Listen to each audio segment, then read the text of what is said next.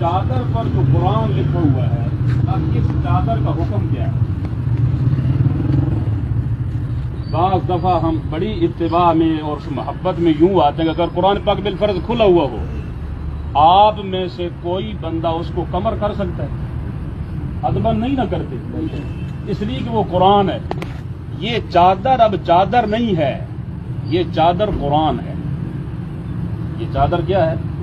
ये कुरान के हुक्म में है भाइयों। इस पर कुरान लिख दिया गया। वर्क पर कुरान लिखो तो कुरान नहीं बनता। किसी तख्ती पे कुरान लिखो वो कुरान बन जाता है। कुरान सिर्फ वो नहीं है जो सिर्फ गद्दों के अंदर आ जाए उसको कुरान कहा जाता है। कुरान जहां हो वो कुरान होता है, जहां लिखा जाए उसकी बेअदबी हराम होती है। अब मिसाल के तौर पर मैं आपसे गुजारिश करता हूं, ये तनकीद नहीं है, मसला समझाना मकसूद है।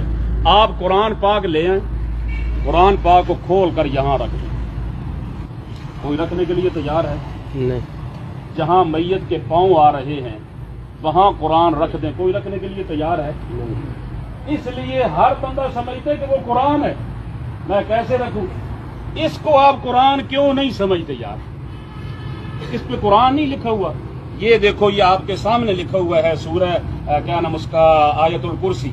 ये चारों कुल लिखे हुए हैं इसके ऊपर। आप इसको कुरान क्यों नहीं समझते? इससे फायदा तो नहीं होगा, फायदा नहीं होगा।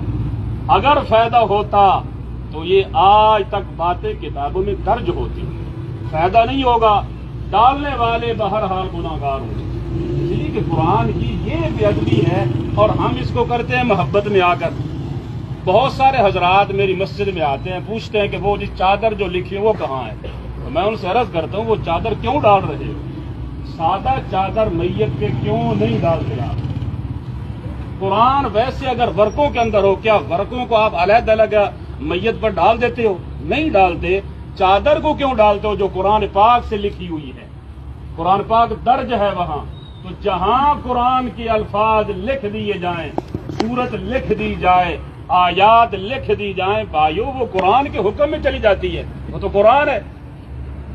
अब इसको बिलफर्ज जैसे हम उठाते हैं, उठाने का अंदाज हमारा कुरान जैसा होता है इसको लपेटने का अंदाज हमारा कुरान जैसा होता है। इसको कोई भी बेवुजू आदमी हाथ नहीं लगा सकता, ये हराम है। कुरान कह रहा है ला यमस्सुहु इल्लल मुतहहरून, जो लोग पाकीज़ा हैं वही हाथ लगाएंगे।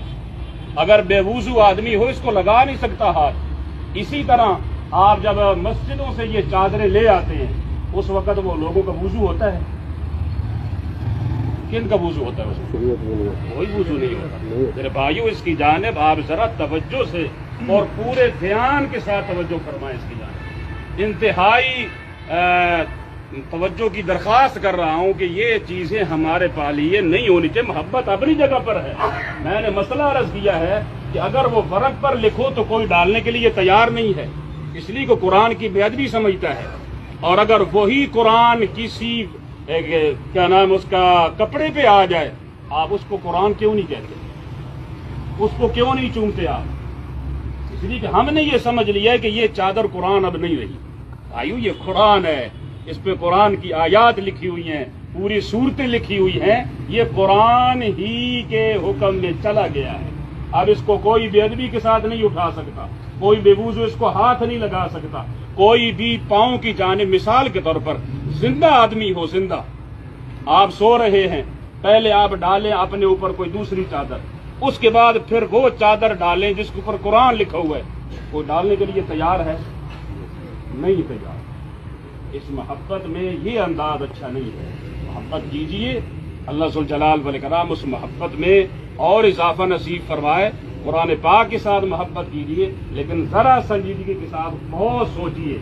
ये ना कहना कि ये मौलवी ने नया मसला निकाल लिया, ये नया मसला नहीं है, मैं कुरान की बात कर रहा हूँ। सिर्फ हमारा ध्यान उस जानिब नहीं है, मैं तो सिर्फ आपकी तवज्जो वहां मबजूल करवा रहा हूँ। भाई जरा तवज्जो कीजिए, ध्यान कीजिए कि हम क्या कर रहे हैं। इससे इन चीजों का फायदा नहीं है, नुकसान हमें होगा बेअदबी की वजह से। اللہ تعالی ہم سب کی مغفرت بھی فرمائے، ہمارے بھائی کی بھی اللہ پاک مغفرت فرمائے، ان کے جتنے بھی لواحقین ہیں، بیٹے ہیں، بیٹیاں ہیں، ماں باپ جو زندہ ہیں، رشتہ دار ہیں، اللہ تعالیٰ سب کو صبر جمیل نصیب فرمائے اور آخرت کی منازل اللہ پاک ان کے لیے آسان سے آسان تر فرمائے۔